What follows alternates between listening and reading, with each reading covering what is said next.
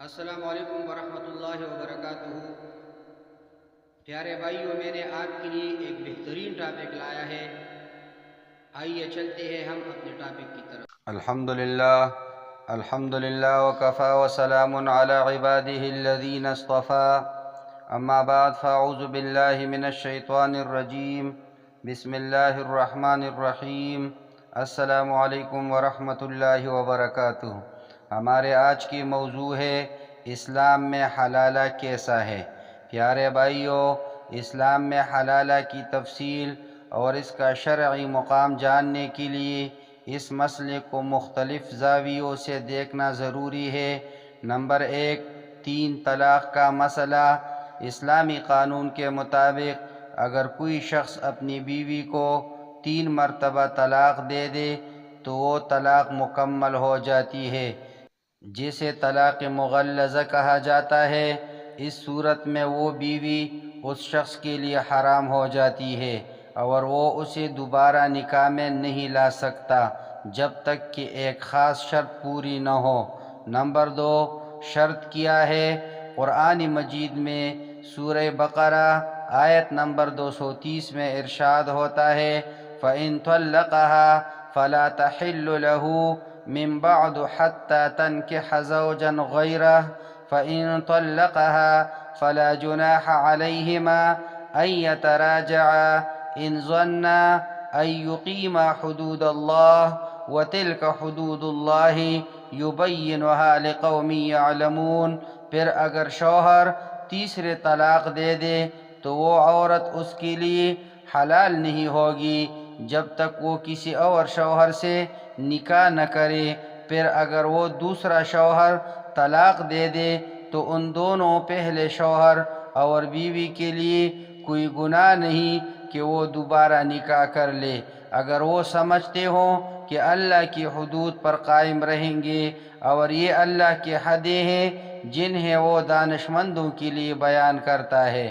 پیارے بھائیوں، اس آیت سے معلوم ہوتا ہے کہ 3 طلاقوں کے بعد بیوی صرف اسی وقت اپنے پہلے شوہر کے لیے حلال ہو سکتی ہے جب وہ کسی دوسرے مرد سے نکاح کرے اور پھر وہ دوسرا شوہر اسے طلاق دے یا وفات پا جائے۔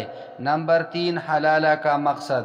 حلالہ کا اصل مقصد یہ ہے کہ طلاق کا نظام لوگوں کو سوچنے اور سمجھنے کا موقع دے۔ جب کسی شخص کو معلوم ہو کہ 3 طلاق دینے کے بعد بیوی اس کے لیے حرام ہو جائے گی اور وہ اسے تبھی واپس نکاح میں لا سکتا ہے جب وہ عورت کسی اور سے نکاح کرے اور وہ نکاح بھی طبی طور پر ختم ہو، تو لوگ عجلت میں طلاق دینے سے گریز کریں گے۔ نمبر 4، حلالہ کے متعلق نیت کی خرابی۔ فقہا کے نزدیک اگر کوئی شخص حلالہ کے لیے کسی سے نکاح کرائے، یعنی صرف اس نیت سے کہ طلاق کے بعد وہ پہلی بیوی کو دوبارہ حاصل کر سکے، تو ایسا نکاح اور اس کی نیت اسلام میں سخت ناپسندیدہ اور ممنوع ہے۔ نبی کریم صلی اللہ علیہ وسلم نے فرمایا، اللہ تعالیٰ نے لعنت بھیجی ہے اس شخص پر جو حلالہ کرتا ہے اور اس پر بھی جس کے لیے حلالہ کیا جاتا ہے۔ یعنی اگر کوئی شخص یا فریق محض اس نیت سے نکاح کرتا ہے کہ وہ طلاق دے گا تاکہ پہلی بیوی اپنے پہلے شوہر کے لیے حلال ہو جائے، تو یہ عمل شرعی طور پر جائز نہیں ہے اور گناہ کا باعث ہے۔ نمبر 5، حلالہ کے فقہی مواقف۔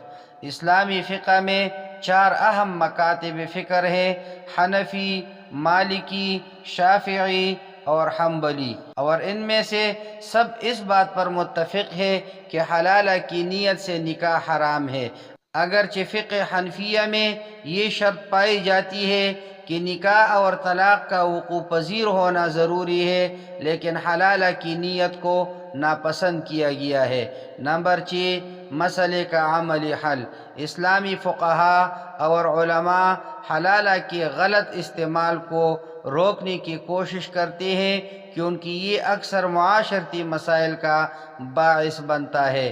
بعض لوگ اس نظام کا ناجائز فائدہ اٹھا کر حلالہ کا غلط استعمال کرتے ہیں، جس سے نہ صرف عورت کو نقصان پہنچتا ہے بلکہ اس کے ساتھ دین کے اہم اصولوں کی پامالی ہوتی ہے۔ علماء زور دیتے ہیں کہ مسلمانوں کو طلاق جیسے اہم فیصلوں کو جذباتی یا عجلت میں نہیں لینا چاہیے۔ نکاح اور طلاق دونوں بہت اہم سماجی اور شرعی عمل ہے جن میں اعتدال اور فکر و فراست کا مظاہرہ کرنا ضروری ہے۔ نمبر 7، خلاصہ۔ حلالہ ایک پیچیدہ شرعی مسئلہ ہے جس کا تعلق 3 طلاقوں کے بعد دوبارہ نکاح کرنے سے ہے۔ حلالہ کی نیت سے نکاح کرنا اور طلاق دینا اسلام میں حرام اور گناہ ہے۔ نمبر 3، اس نظام کا مقصد لوگوں کو 3 طلاقوں کے نقصانات سے آگاہ کرنا اور سوچ سمجھ کر فیصلے لینے پر مجبور کرنا ہے۔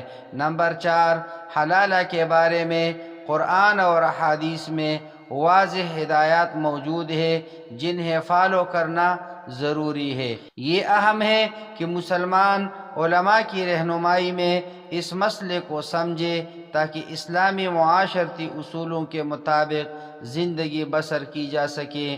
اقول قولی ھذا استغفر اللہ لی ولکم ولسائر المسلمین۔